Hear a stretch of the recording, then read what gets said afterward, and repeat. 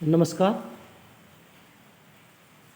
आज हम भक्तिन लेखिका महादेवी वर्मा द्वारा लिखित पाठ्य पुस्तक आरो भाग 2 से में संकलित पाठ का प्रश्नाभ्यास करेंगे।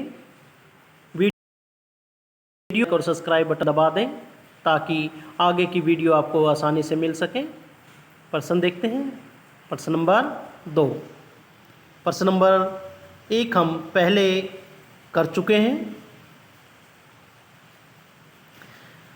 2 कन्या रत्न पैदा करने पर भक्तिन पुत्र महिमा में अंधी अपनी जेठानियों द्वारा घृणा व उपेक्षा का शिकार बनी। ऐसी घटनाओं से ही अक्सर यह धारणा चलती है कि स्त्री ही स्त्री की दुश्मन होती है। क्या इससे आप सहमत हैं?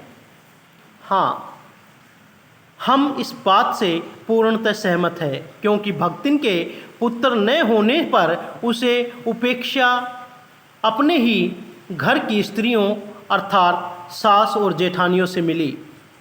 सास और जेठानियाँ चौकी पर बैठकर आराम फरमाती थी, क्योंकि उन्हें लड़कों को जन्म दिया था, भले ही वे किसी लायक नहीं थे, और भक्तिन तथा उनकी नन्ही बेटियों को घर और खेतों का सारा काम करना पड़ता था। यहाँ तक कि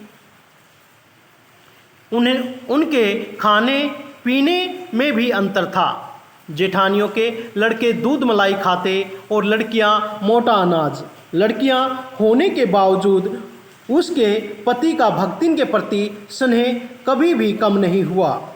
मेरे हिसाब से किसी भी घर में बिना स्त्री की सहमति से भ्रूण हत्या, दहेज की मांग, परिवार में बेटा बेटी में अंतर, बेटी बहुओं पर अत्याचार आदि नहीं किया जा सकता। प्रश्न नंबर 3। भक्तिन की बेटी पर पंचायत द्वारा जबरन पति थोपा जाना एक दुर्घटना भर नहीं है, बल्कि विवाह के संदर्भ में स्त्री के मानवाधिकार, विवाह करे या न करे अथवा किससे करे, इसकी स्वतंत्रता को कुचलते रहने की सदियों से चली आ रही सामाजिक परंपरा का प्रतीक है। कैसे? भक्तिन की बेटी के संदर्भ में पंचायत द्वारा किया गया न्याय तर्कहीन और अंधे कानून पर आधारित है। भक्तिन के जेठ के बेटे ने संपत्ति के लालच में षड्यंत्र कर उसकी विधवा लड़की को धोखे से जाल में फंसाया। पंचायत ने निर्दोष लड़की की कोई बात नहीं सुनी और एक तरफा फैसला देकर उसका विवाह जबरदस्ती उसके निकम्मे तीतरबाज साले से कर दिया। इसी वजह से भक्तिन को भी घर छोड़ना पड़ा। विवाह के इस संदर्भ में स्त्री के अधिकारों को कुचलने की परंपरा हमारे देश में सदियों से चली आ रही है। आज भी हमारे समाज में स्त्रियों के विवाह का निर्णय उनके परिवार वालों द्वारा ही लिया जाता है। उसे बेजान वस्तु की तरह अनजान हाथों में सौंप दिया जाता है।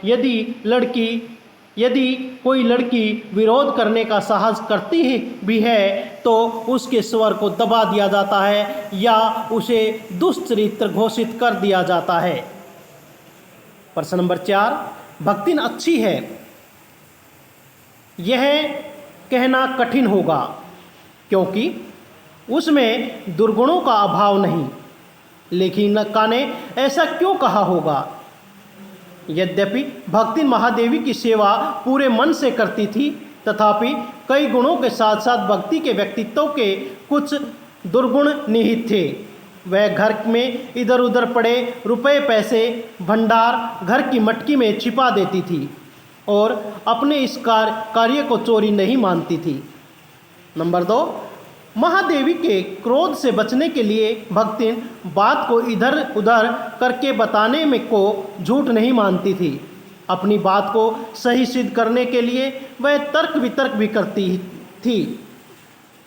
वह दूसरों को अपनी इच्छा अनुसार बदल देना चाहती थी, पर स्वयं बिल्कुल नहीं बदलती। वह शास्त्रीय बातों की व्याख्या अपनी इच्छा अनुसार करती थी और उन्हें अपने नियमों और आदतों के आधार पर सही ठहरा बैठती थी। प्रश्न नंबर 5, भक्तिन द्वारा शास्त्र के प्रश्न को सुविधा के लिए से सुलझा लेने का क्या उदाहरण लेखिका ने दिया है? लेखिका को भक्तिन का सिर मुंडवाना पसंद नहीं था। लेखिका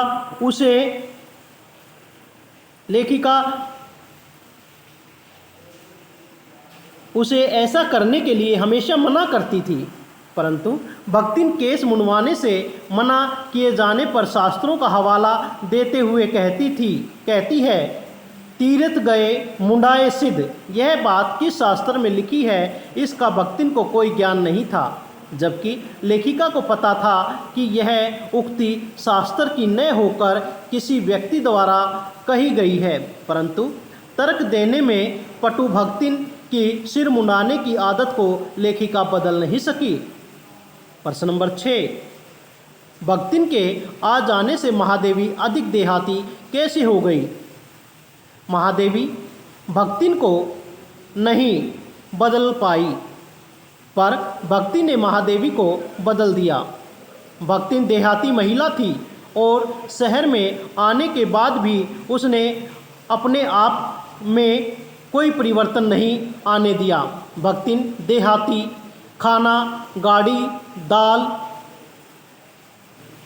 मोटी रोटी, मलाई की लपसी, ज्वार के भुट्टे, भुने हुए भुट्टे के हरे दाने, बाजरे के तिल वाले पुए आदि बनाती थी और महादेवी को वैसे ही खाना पड़ता था। भक्तिन के हाथ का मोटा देहाती खाना खाते खाते महादेवी का स्वाद बदल गया और भक्तिन की तरह वह भी देहाती बन गई। प्रश्न नंबर 8, आलो अंधियारी की नायिका और लेखिका बेबी हालदार और भक्तिन के व्यक्तित्व में आप क्या समानता देखते हैं?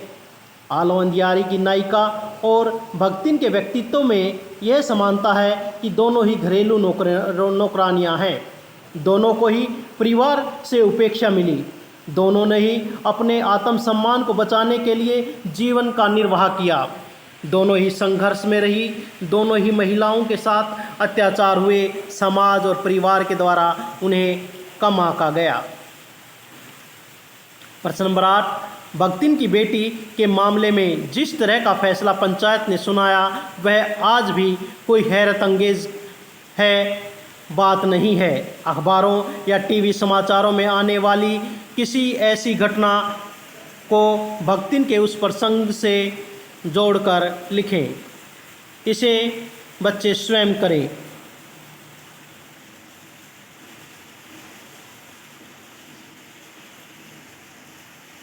प्रश्न नंबर 9, नीचे दिए गए विशिष्ट भाषा प्रयोग के उदाहरणों को ध्यान में से पढ़िए और इनकी अर्थ छवि स्पष्ट कीजिए। पहला, पहली कन्या के 2 संस्करण और कर डाले। भक्तिन ने पहली कन्या के बाद 2 अन्य कन्याओं को जन्म दिया जो रूप रंग में बिल्कुल उसकी पहली पुत्री की तरह थी। नंबर 2, खोटे सिक्कों की टकसाल जैसी पत्नी। टकसाल सिक्के ढालने वाली मशीन को कहते हैं। भारतीय समाज में टकसाल सिक्के ढालने वाली मशीन को कहते हैं। भारतीय समाज में लड़के को खरा सिक्का और लड़की को खोटा सिक्का कहा जाता है। समाज में लड़कियों का कोई महत्व नहीं है। भक्तिन को खोटे सिक्के की टकसाल की संज्ञा दी गई है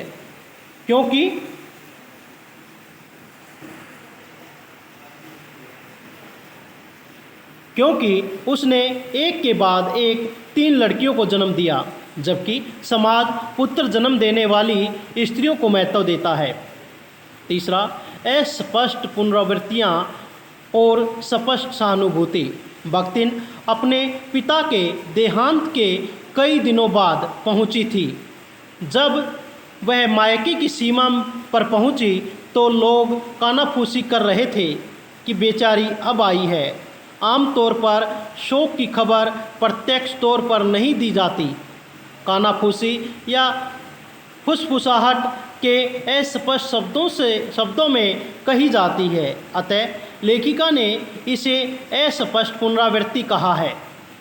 कहीं पिता के देहांत के कारण लोग उसे सहानुभूतिपूर्ण दृष्टि से देख रहे थे तथा ढांढस बंधा रहे थे।